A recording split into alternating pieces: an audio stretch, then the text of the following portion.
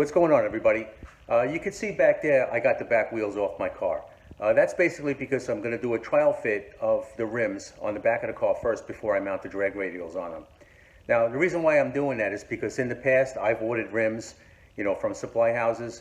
I've decided what offset I want, and I tell them what car it's going to go on. And then I get the rims, and the rims either have the wrong offset or the wrong bolt pattern. So I make a habit of taking the rim, putting it on the car, measuring everything, make sure it's the right bolt pattern, make sure it's the right offset, and go through all of that before I mount the tires.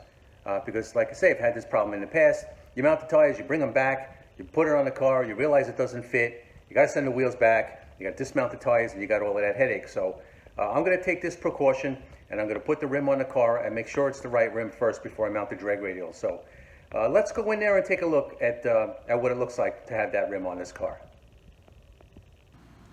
Okay, so I did a little mock-up here. I got the car up on jack stands, and I got the wheels sort of sitting here. It's not, the lug nuts aren't on. First thing I noticed is that I got a brake line here that's a little close to the rim. And there's a little spot right here. I could put a zip tie on it and tie it back so that the wheel or the tire doesn't hit the brake line. But then there's something else. The lug nuts. Go to put them on, and they're actually too big in diameter. The lip here on the outside is too big. You got to get a smaller lug nut. I didn't know this. This is something that I learned right now. It's a good thing I did this because I can go on the web right now and try to find the lug nuts that I need in advance while I'm getting the tires mounted.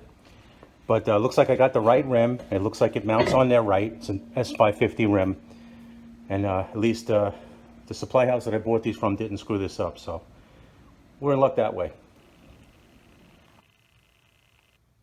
Okay, so one other area of concern is right here. I've got the wheel mounted, and I'm just measuring back to the shock, from the lip of the wheel to the shock. And I'm not even getting 1.5 inches. It looks like I got 1.25 inches. And I don't know if that's going to be enough clearance. I'm going to have to take some measurements, or maybe I'm just going to have to mount the tires and put them on and see what we got. And we got even less clearance up here because this mount bracket here sort of projects out a little bit. I don't know if you guys can see that, if that's visible. Let me see if I can get you in a little bit closer. Let's try this.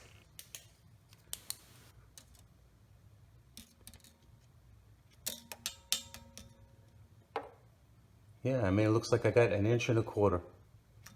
It's about all I got.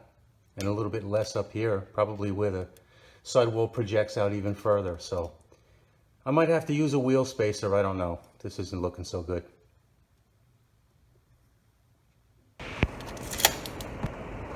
Okay, so we're down here at Edison Auto.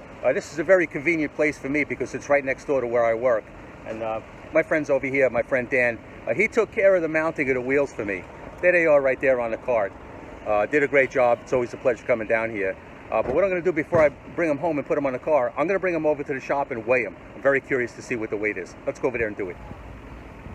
Okay, so we're at the shop. There's the wheel on the scale. Let's go take a look at what it weighs. Okay, let's take a look. Looks like we got about 50 pounds. I don't know how accurate that scale is. It's probably off a little bit, but we got 50 pounds. I did not measure the wheel or the tire separately, but 50 pounds. I'm going to guess that's pretty good. Probably not the lightest package in the world, but that's what we got. Let's go back and put it on the car. All right, let's grab these tires out of the trunk here. There they are, looking good. Let's put them on the car. Okay, so just to make the comparison, you can see my drag wheel right there with the drag radial on it, okay? And next to it is the stock setup. Now, that's not actually the stock tire, guys. That's a soft compound Pirelli tire that I put on there that is actually wider than the stock one. Stock one was only 9-inch. This one's just about 10. And it was actually slightly taller than the stock wheel, the stock tire, I should say. Now, this drag radial is showing roughly about 11 inches in width in terms of its contact patch. It's a little taller than the tire I was running on the car. Not much to speak of. I would say maybe a 1/2 inch taller.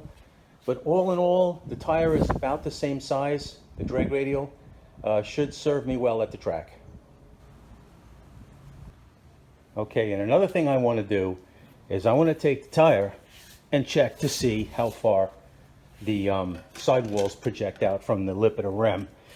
And we measured about 1.25 inches to the shock, and we're measuring here, it's not even 1/2 inch actually additional. So looking at this, I would say that the sidewall sticks out about 1/4 inch. I had 1.25 inches to work with. It looks like I should have plenty of clearance. So here's what the stock wheel looks like. I like this wheel. Fills the wheel well pretty good. You know, it's a nice style of wheel. I think the car looks good. See what the drag radial setup looks like. Okay, so this is what the wheel and tire combination looks like on the car. Doesn't look too big. Looks like it fits in there pretty good. We measured the the sidewall clearance in the back. That's all good. You know, that's black chrome. Looks pretty good. Actually, really doesn't look that much difference in terms of its brightness from the stock wheels.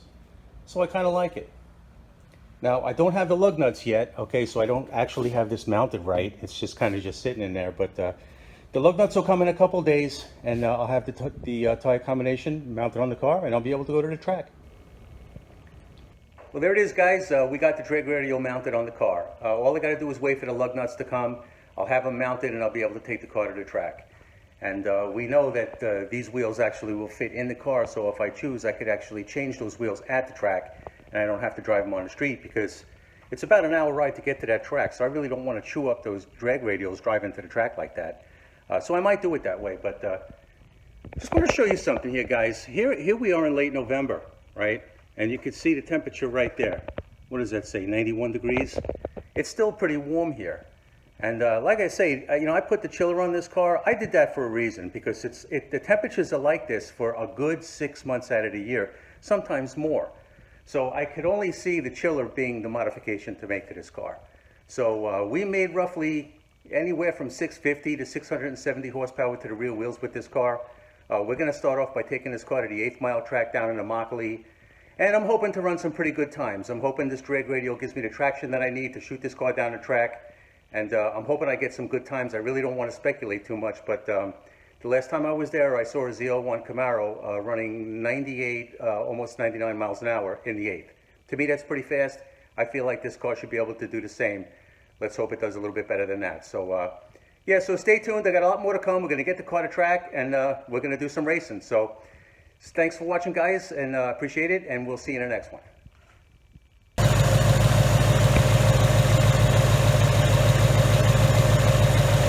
Okay, you can see the chiller's doing its job.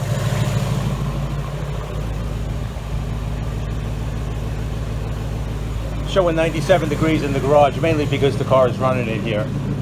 But let's see what the vent temperatures are.